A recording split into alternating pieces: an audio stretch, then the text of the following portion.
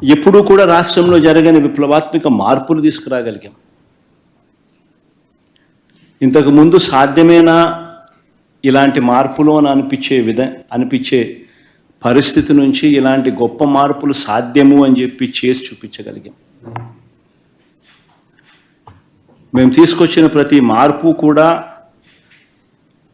నా 3648 కిలోమీటర్ల పాదయాత్రలో చూసిన కష్టాలను, తెలుసుకున్న విషయాలను, వాటికి సొల్యూషన్స్ ఇచ్చే విధంగా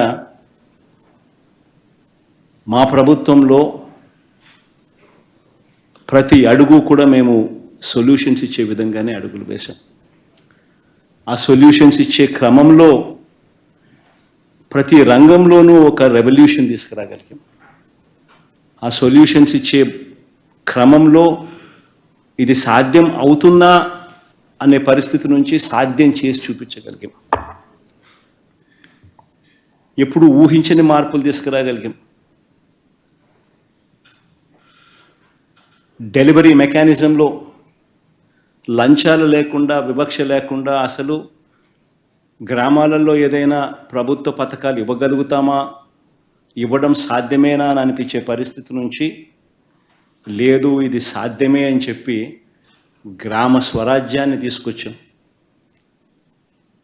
ప్రతి గ్రామంలోనూ సచివాలయ వ్యవస్థ, ప్రతి 50-60 ఇళ్లకు వాలంటీర్ వ్యవస్థ, లంచాలు లేకుండా, వివక్ష లేకుండా ప్రతి పథకము,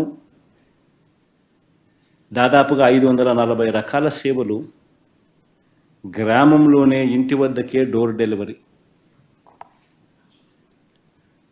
గ్రామ స్వరాజ్యానికి నిజమైన అర్థం చెబుతూ వివక్ష లేకుండా, లంచాలు లేకుండా ప్రతి ఇంటికి మంచి చేయగలిగిన పరిస్థితులు ఈ 5 సంవత్సరాల పాలనలోనే, గత 5 సంవత్సరాల పాలనలోనే చూసాం. ఎప్పుడు ఊహించాల బడ్జెట్లో ఈ మాదిరిగా పెట్టగలుగుతారు, ఈ మాదిరిగా బడ్జెట్లో ఈ మాదిరిగా క్యాలెండర్ ఇచ్చి మరి ఏ పథకం ఎప్పుడు అమలు చేస్తామో చెప్పి ఇచ్చిన ప్రభుత్వం దేశ చరిత్రలో బహుశా ఏది ఉండదో ఒక వైఎస్ఆర్సీపీ ప్రభుత్వంలో మాత్రమే జరిగింది.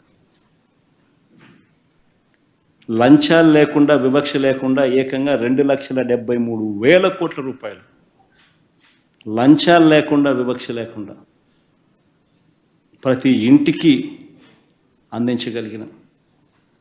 అందించగలిగిన పాలన నుంచి ఈరోజు మళ్ళీ జన్మభూమి కమిటీలు, మళ్ళీ తెలుగుదేశం పార్టీ నాయకుల చుట్టూ తిరగడాలు, ఉన్నవన్నీ కటింగులు, అసలు ఏ స్కీములు లేని పరిస్థితులు. ఇది చంద్రబాబు నాయుడు గారి ప్రభుత్వంలో ఈరోజు కనిపిస్తూ ఉన్న పరిస్థితులు.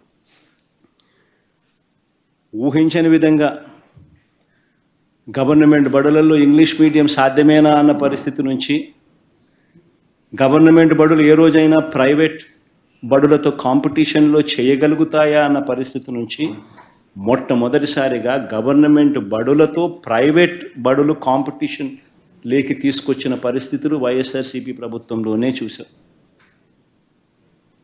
గవర్నమెంట్ బడులలో ఇంగ్లీష్ మీడియంతో మొదలు పెడితే సిబిఎస్ఈ, ఐబీ దాకా ప్రయాణం తీసుకొచ్చింది ఎవరంటే వైఎస్ఆర్సీపీ ప్రభుత్వంలో. జరిగింది ఎప్పుడంటే వైఎస్ఆర్సీపీ ప్రభుత్వంలోనే. 3వ తరగతి నుంచే టోఫుల్ క్లాసులు ఎప్పుడు జరిగాయి అని అంటే వైఎస్ఆర్సీపీ ప్రభుత్వంలోనే కనిపిస్తాయి. నాడు నేడుతో స్కూళ్ళు ఎప్పుడు బాగుపడ్డాయంటే, ఎప్పుడు జరిగాయంటే వైఎస్ఆర్సీపీ ప్రభుత్వంలోనే కనిపిస్తుంది.